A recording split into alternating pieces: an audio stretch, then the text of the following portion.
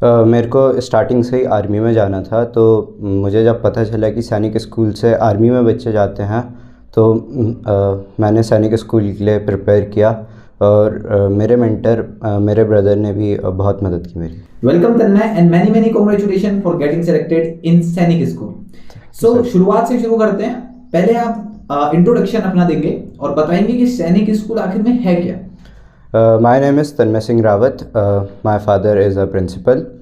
My mother is a housewife. सैनिक school एक ऐसा स्कूल है जहाँ से आर्मी और डिफेंस सर्विसेज के लिए बच्चे जाते हैं। आपको सैनिक स्कूल का पेपर देने का ख्याल कहाँ से आया? मीन्स आपको किसी ने मेंटोरशिप थी आपकी, या किसी कोई आपके गाइडेंस कर रहे थे, किसी ने आपको बताया कि ऐसे ऐसे करके कुछ होता है? क्योंकि इस यंग एज में बच्चे खेलने कूदने से ही बाहर नहीं आ पाते, तो इस चीज़ का ख्याल आपको कैसे आया? मेरे को स्टार्टिंग से ही आर्मी में जाना था, तो मुझे जब पता चला कि सैनिक स्कूल से आर्मी में बच्चे जाते हैं तो मैंने सैनिक स्कूल के लिए प्रिपेयर किया। और मेरे मेंटर मेरे ब्रदर ने भी बहुत मदद की मेरी। ओके, तो आपने ये सैनिक स्कूल की तैयारी कहाँ से की और कब आपने ये तैयारी शुरू की और कितने समय में आपने ये तैयारी पूरी की? मैंने ये तैयारी गुरुकुल कोचिंग से की थी और ये मैंने एग्ज़ाम से 3.5 मंथ पहले की। एंड वहाँ पे आपको पढ़ने का तरीका कैसे लगा? कैसे वो डिफरेंट कोचिंग सेंटर से अलग था? वहाँ पे किस किस ने आपकी मदद की, किस किस ने आपके डाउट्स क्लियर किए, या आपको वहाँ से किस किस तरह के बेनिफिट्स मिले? वहाँ पे सभी टीचर ने मेरी मदद की थी। और यहाँ पे पढ़ाई बाकी कोचिंग से डिफरेंट होती है क्योंकि यहाँ पे प्रेशराइज नहीं किया जाता है पढ़ने पे, और यहाँ पे डाउट्स को बहुत अच्छे से क्लियर किया जाता है। ओके, सो तन्मय, जैसे कि आप जानते हैं कि बहुत सारे एस्पिरेंट्स होते हैं सैनिक स्कूल के, बहुत सारे हमें आर्मी एज एन ऑफिसर सर्व करना चाहते हैं हमारी कंट्री को, बहुत ही पैशन जैसे कि आजकल बढ़ रहा है इसका। तो आपको एक बहुत ही डीप क्वेश्चन अब मैं पूछना चाहूँगा कि आपने ये प्रिपरेशन के लिए अपना सेल्फ स्टडी कितने आवर्स किया? मैंने सेल्फ स्टडी 3 to 4 आवर्स किया था स्टार्टिंग के मंथ में। उसके बाद वो बाकी के मंथ्स में बढ़ के 6 आवर्स तक बढ़ गया था। और आप कितना समय अपना कोचिंग में लेते थे?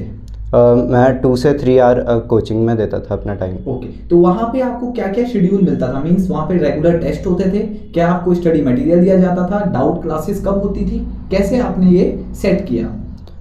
यहाँ पे टेस्ट तो एज सच नहीं होते थे, पर यहाँ पे प्रैक्टिस सेट्स होते थे जिससे पेपर के बारे में और जानने को मिला। ठीक है, ओके तन्मय। सो अब आप यहाँ पे एक और यहाँ से क्वेश्चन अराइज हो रहा है जो मेरे माइंड में आ रहा है, वो मैं आपसे पूछना चाहूँगा, क्योंकि बहुत सारे जो ये इंटरव्यू देख रहे होंगे उनके मन में भी ये क्वेश्चन होगा कि क्या आपका डेली रूटीन होता था जिसको आप फॉलो करते थे, जिसके कारण आप ये सक्सेस पा पाए? डेली रूटीन तो यही था कि स्कूल टाइम में हाफ ऑफ द डे तो स्कूल में ही चले जाता था।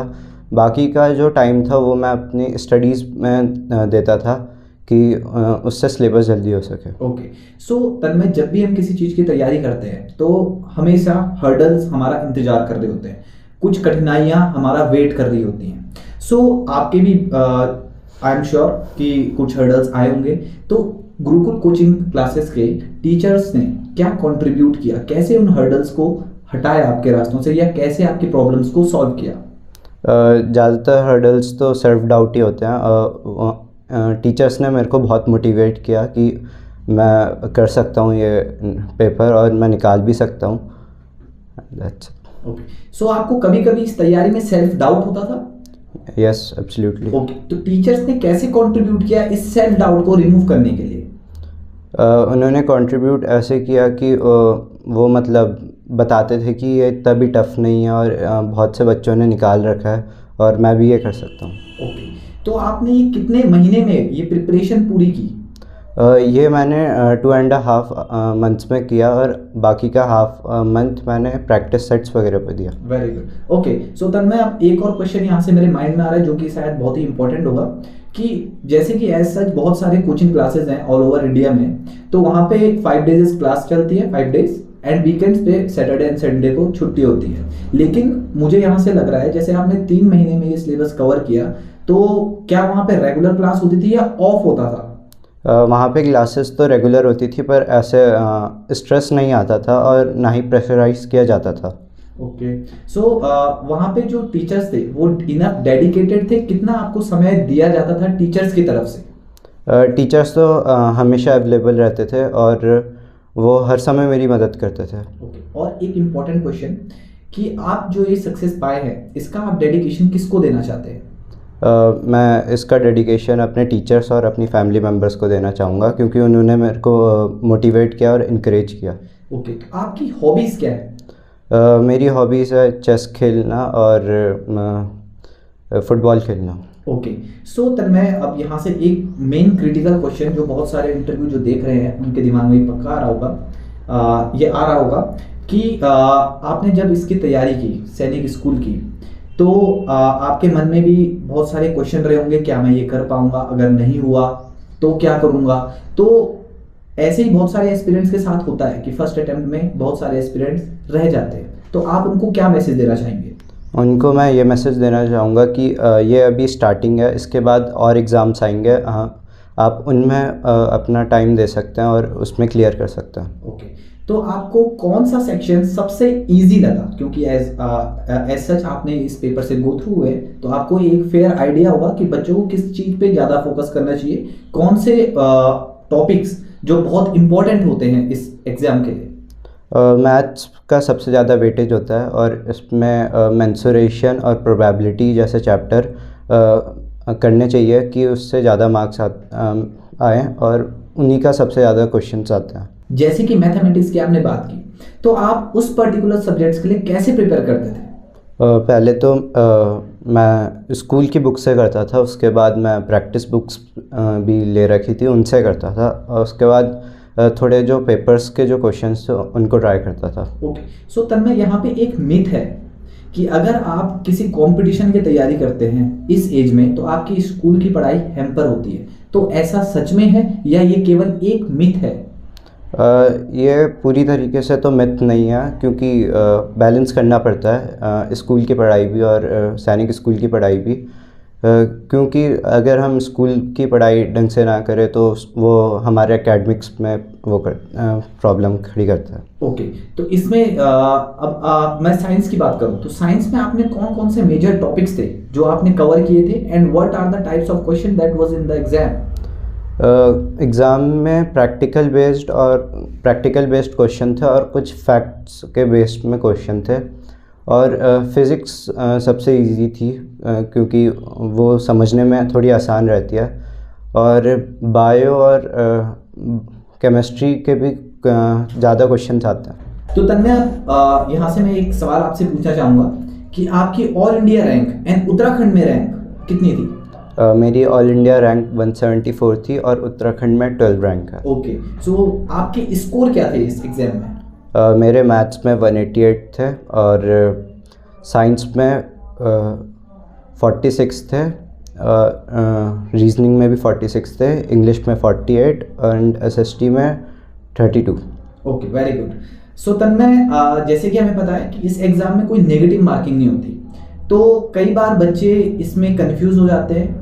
कई बच्चों को शुरुआत में पता नहीं होता कि अगर 4 ऑप्शन हमारे पास हैं तो हमें, अगर उनको 2 में डाउट है, 2 उन्होंने अगर एनी हाउ कैंसिल कर दिए, तो अब उनके पास 2 ऑप्शन बचे, तो उसमें वो जा नहीं पाते फुल फ्लैश्ड। तो क्या आपने ये टेक्निक अपनाई कि अगर 2 ऑप्शन लास्ट में बचते हैं तो जो आपको मैक्सिमम चांस जिसके लग रहे हैं उसको आपने टिक करके आए हैं? हाँ, ये मैंने ट्रिक अपनाई थी, क्योंकि एक ऑप्शन तो उसमें से गलत हो गई, अगर वो गलत नहीं हुआ तो वो सही होगा और उसके मार्क्स मिल जाएंगे। ओके तन्मय, सो जैसे हम किसी भी चीज़ पे फोकस्ड होकर तैयारी करते हैं, कोई हमारा गोल होता है, तो हमेशा कुछ ना कुछ डिस्ट्रैक्शंस होती हैं। तो आपके इस जर्नी में, इस 3 मंथ्स की जर्नी में क्या क्या डिस्ट्रैक्शंस थी और आपने वो कैसे ओवरकम की? डिस्ट्रैक्शंस तो मेनली मोबाइल था और कंप्यूटर वगैरह, उनको तो मैं मतलब अलग ही कमरे में रहता था कि इन चीज़ों से दूर रह सकूं, सो दैट मैं फोकस्ड रहूं अपने गोल की तरफ। ओके, सो तन्मय, आपने अपना जब पेपर एनालाइज किया तो आपको ज़रूर, देखिए, हमेशा पॉसिबिलिटी होती है खुद को इम्प्रूव करने की। सो आपने भी ऐसा देखा होगा, पेपर को देखा होगा, एनालाइज किया होगा, तो आपको मतलब कहाँ पे ऐसा लगा कि मेरे को यहाँ पे बेटर मैं कर सकता था with a lot more hard work? मैं एसएसटी में कर सकता था और साइंस में अच्छा कर सकता था, मैथ्स के भी क्वेश्चंस थे जो मुझे आते थे, पर वो एग्ज़ाम प्रेशर की वजह से गलत हो गए। ओके, सो यहाँ से एक और बात निकल के आई कि exam pressure. So exam pressure एक अलग फोबिया होता है। लाइक घर पे किसी की बहुत ज़्यादा तैयारी होती है, लेकिन जैसे ही वो एग्जाम हॉल में एंटर करता है, वो खुद के प्रेशर में इतना आ जाता है, एग्जाम के प्रेशर में इतना आ जाता है कि वो स्कोर नहीं कर पाता। तो आपकी बातों से लगा है कि कहीं पे आपने भी ये मिस्टेक आपसे हुई है। तो इसके कोई तरीके जो आप जानते हो जिनको आप ओवरकम कर सकते हैं? मैंने ट्राई किया था कि मैं पेपर के दिन बुक्स नहीं खोलूँगा, कि जिससे मेरा दिमाग स्ट्रेस फ्री रहे। ओके, सो एज सच कि 11th-12th में जब बच्चे एंटर करते हैं तो एनडीए की तैयारी करते हैं। सो अभी से आप सैनिक स्कूल में अगर चांस पा जाते हैं, आपका नंबर आ जाता है, बिकॉज अभी भी 2 एम बाकी हैं, that is medical and merit. So once you entered in the Sainik school, सो आप कैसे प्रिपेयर हो जाएंगे बाकी उनसे जो अभी 11th-12th में प्रिपरेशन करते हैं? मेरा फिज़िकल डेवलपमेंट और पर्सनालिटी डेवलपमेंट हो जाएगा सैनिक स्कूल में जाने से। जो भी चीज़ें मतलब हमें रिक्वायरमेंट होती है एनडीए के लिए जाने के लिए, वो मेरी फुलफ़िल हो जाएंगी सैनिक स्कूल से। That's great. Okay, Tanmay, so many congratulations once again, and may you serve the country as an officer and make our team proud. Thank you sir.